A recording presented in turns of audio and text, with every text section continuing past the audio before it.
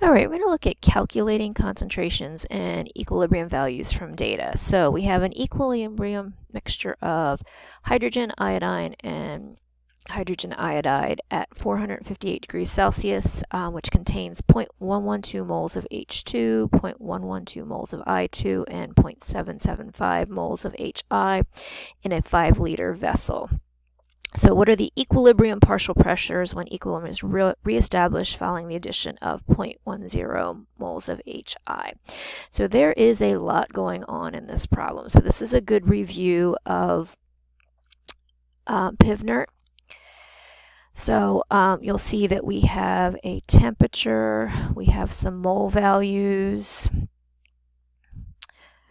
and I'm just going to label these. And then we have a volume. So the first thing I need to do is the total pressure. You may want to write small, and you're going to see that I'm going to fill up the entire space here. So for my total pressure, I'm going to add together my moles because all of the moles are going to contribute to the total pressure. So I'll have those all summed times 0.0821 liter atmosphere per mole Kelvin. Remember, that is on your equation sheet. I'm going to convert my temperature from Celsius to Kelvin. And I'm going to divide all of that by my volume. Okay. And I'm going to get that to 12 atm. So the reason I'm doing this is it's asking for partial pressures. So I'm going to find my Kp values. So in order to find Kp, I need the partial pressure of each. So the partial pressure of hydrogen and iodine is going to be the same. So 0.112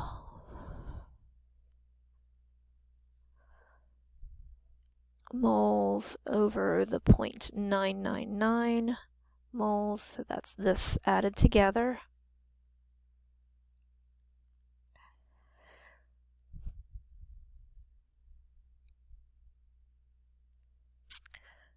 And that's going to be 1.3 atm. Then I'm going to do the pressure of HI, which is 0.775 moles over the 0.999 moles, again, times my total pressure of 12 atm. And that equals 9.3 atm. So Kp is going to be the pressure of HI. Now, the other thing you probably are going to need here is a balanced equation. So H2 plus I2 yields, not probably, you need a balanced equation equals 2HI. So the pressure of HI has to be squared. And then the pressure of H2 times the pressure of I2. So I'm substituting in these values. So 9.3 atm squared over 1.3 atm. Now I'm squaring that because these two have the same value because their moles are the same, but you could write it squared, or you could do 1.3 atm times 1.3 atm, and that gives you a Kp of 51.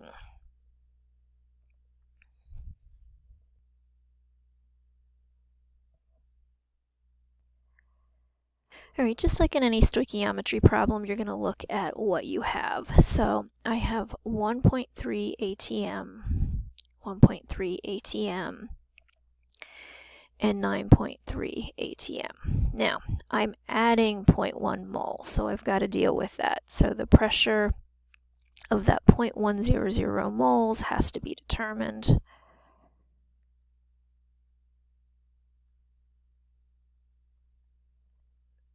And I'm running out of room, but we're going to do 458 plus 273.15 K to change your temperature to Kelvin, and I'm still in that same 5-liter container.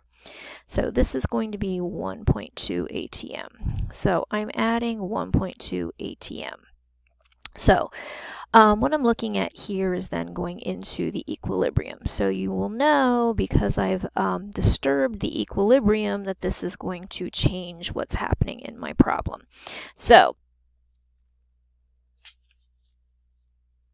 I am going to set up our equilibrium solving, and this is called an ICE table.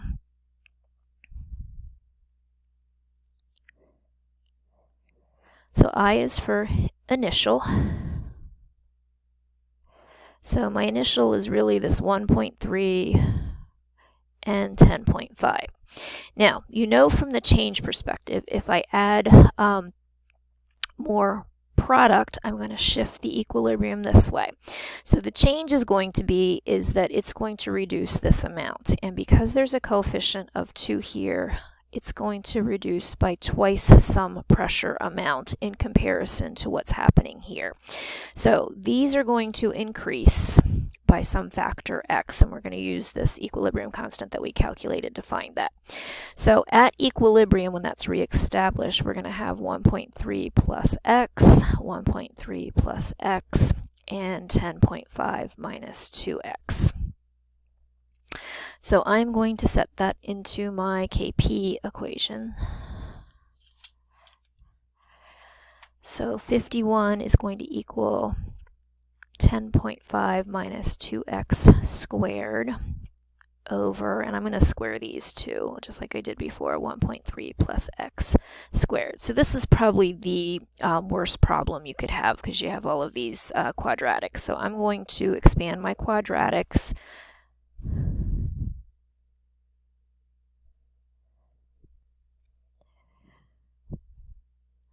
And I can guarantee you, you probably won't have one this long on the AP exam, but this kind of shows you the full Monty of equilibrium.